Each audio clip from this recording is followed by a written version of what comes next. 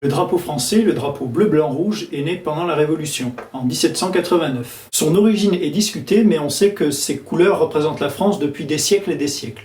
Le bleu, par exemple, était la couleur de la Vierge Marie et représentait les rois capétiens. Le rouge, quant à lui, était utilisé depuis Charlemagne sur la bannière de Saint-Denis. Quant au blanc, son symbolisme est multiple. Ce peut être la pureté, ce peut être la sainteté, mais ça représente aussi le pouvoir royal. Car au tout début de la Révolution, le but n'était pas de renverser le roi, mais bien d'instaurer une monarchie plus équitable. Pourquoi il a été naturel d'associer la couleur du roi aux couleurs des Parisiens. Et les couleurs de Paris ont été choisies simplement parce que c'est là que la Révolution a pris la plus grande ampleur. Et la cocarde en elle-même est une invention parisienne. C'est Camille Desmoulins qui, le 12 juillet 1789, prend un discours et, arrachant une feuille à un arbre, dit que la couleur verte sera la couleur des révolutionnaires. Simplement parce qu'on s'est aperçu que le vert était aussi la couleur d'un homme très impopulaire. Le comte d'Artois, Charles, qui deviendra plus tard Charles X en 1824, et qui faisait partie de ce qu'on a appelé les ultras, c'est-à-dire ceux qui étaient plus royalistes que le roi. Charles, le frère du roi, militait pour une monarchie plus dure, où les avantages de la noblesse resteraient encore. 2 jours après le discours de Camille Desmoulins a lieu, vous le savez, la prise de la Bastille. Et ce jour-là, les gardes communales parisiennes ont beaucoup aidé à la Révolution. Et devinez quelles en étaient les couleurs? Le rouge et le bleu, exactement. Ce n'est que le 20 mars 1790, un peu moins d'1 an plus tard, que l'Assemblée nationale reconnaît explicitement que les 3 couleurs nationales sont le bleu, le blanc et le rouge. Exactement. Si le drapeau français est l'un des plus anciens du monde, il n'en reste pas moins relativement récent comparé à celui que nous allons voir aujourd'hui. Parce que le plus vieux drapeau du monde est le drapeau du Danemark. Il aurait été créé en 1219.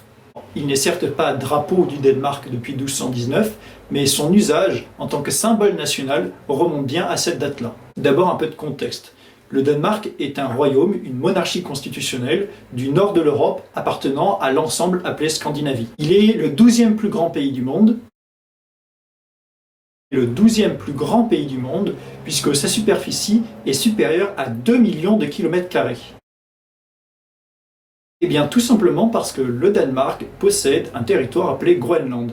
Et le Groenland, c'est vraiment très grand, ça fait environ 2 millions de kilomètres carrés, même un peu plus, et la majorité du territoire danois se trouve sur ces terres américaines.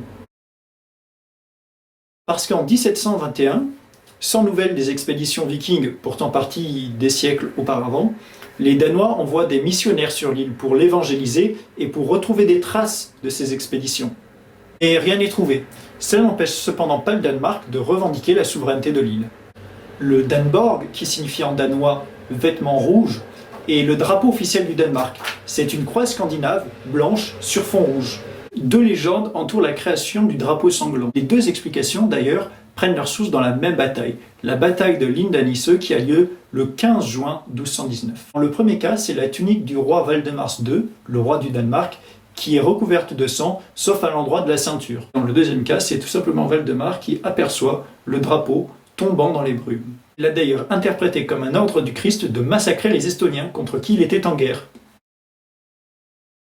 Ces batailles s'inscrivent dans les guerres de la croisade balte. Absolument pas. La majorité des croisades ont d'ailleurs eu lieu en Europe.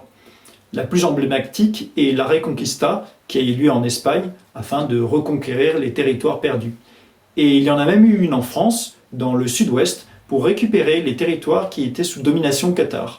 Une croisade, c'est tout simplement une guerre sainte, c'est-à-dire une guerre qui est menée à la demande du pape. Cette bataille était d'ailleurs très mal engagée pour le Danemark. Les Estoniens avaient attaqué leur château par surprise et risquaient de tout détruire. Mais l'armée danoise mène une contre-attaque efficace et rapide, qui permettent le lendemain de massacrer l'armée estonienne. Cela a permis la christianisation des pays baltes, avec la conséquence de l'installation de l'ordre teutonique dans la région. Cet ordre teutonique, c'est celui qui donnera plus tard l'État de Prusse qui permettra l'union de l'Allemagne. Ainsi, une guerre qui a donné son drapeau au Danemark a aussi permis la naissance d'un État comme l'Allemagne. La vidéo est terminée. Si elle t'a plu, n'hésite pas à t'abonner, à interagir dans les commentaires et à l'aimer. Salut!